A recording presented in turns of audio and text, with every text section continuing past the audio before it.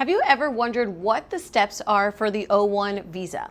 Well, today you're in luck. We're going to talk about the specific steps for the O-1 visa. My name is Elektra Yao, and I am the artist visa lawyer, and I'm here to provide you with information on the O-1. So the first step is find an attorney. How do you find an attorney? You need to have a consultation with a licensed, experienced immigration attorney who has extensive knowledge on O-1 visas.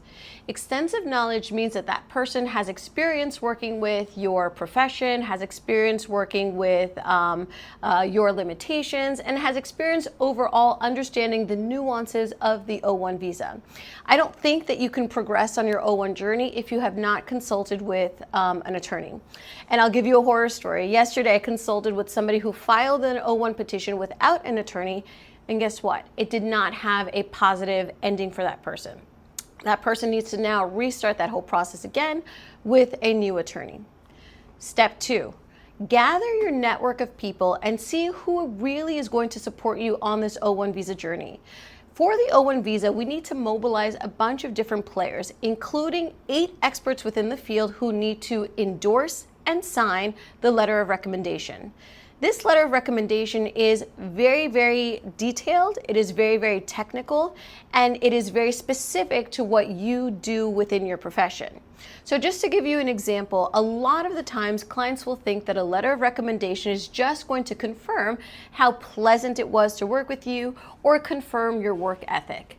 And while those types of letters I think are sufficient for the real world, in the O-1 world they need to be very detailed and very strongly drafted. So please ensure that even before you retain a law firm to begin working on this process, that you do have those 8 experts within your field who are going to endorse and sign your letter of recommendation. Step 3. Please make sure that you have people, organizations, and projects in your future pipeline. So I know that it's counterintuitive to think that you need work in order to acquire the visa, but that's exactly how the law is drafted. So many times clients will think, oh, let me get the visa and then I will get the future work. Unfortunately, the way the law is drafted does not allow for you to secure the visa first and then find a job. In fact, in the O-1 petition, we need to include future offers.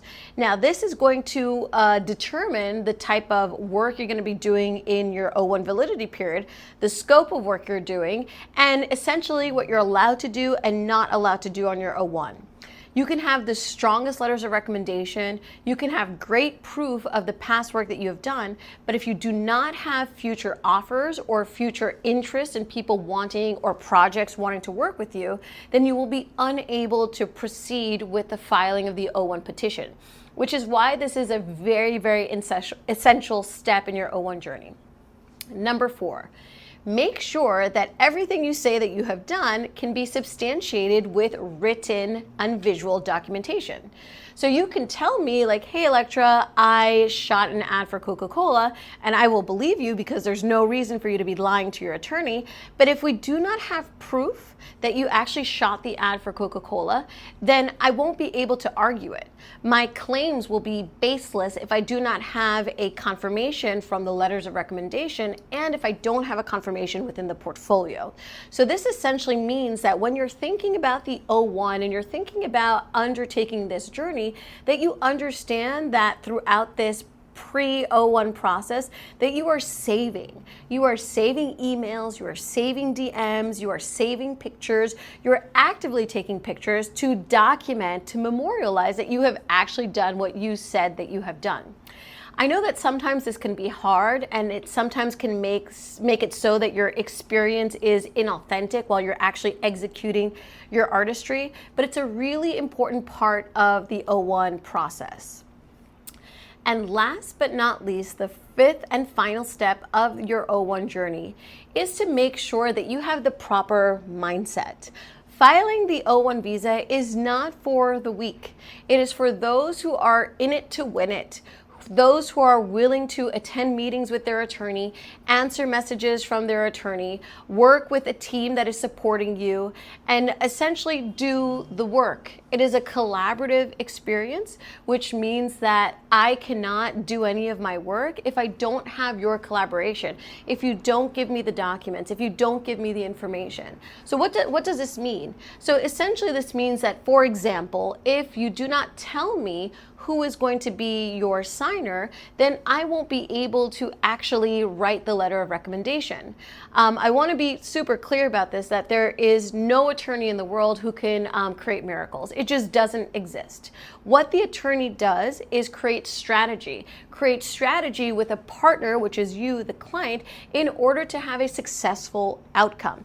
So we need you to collaborate with us. We need you to meet us in the middle and provide us with the data to get this started. So having the proper mindset is not just about being motivated to get the O-1, it's also being committed to doing the work, which the O-1 petition is a lot of work. It's a lot of legal documents.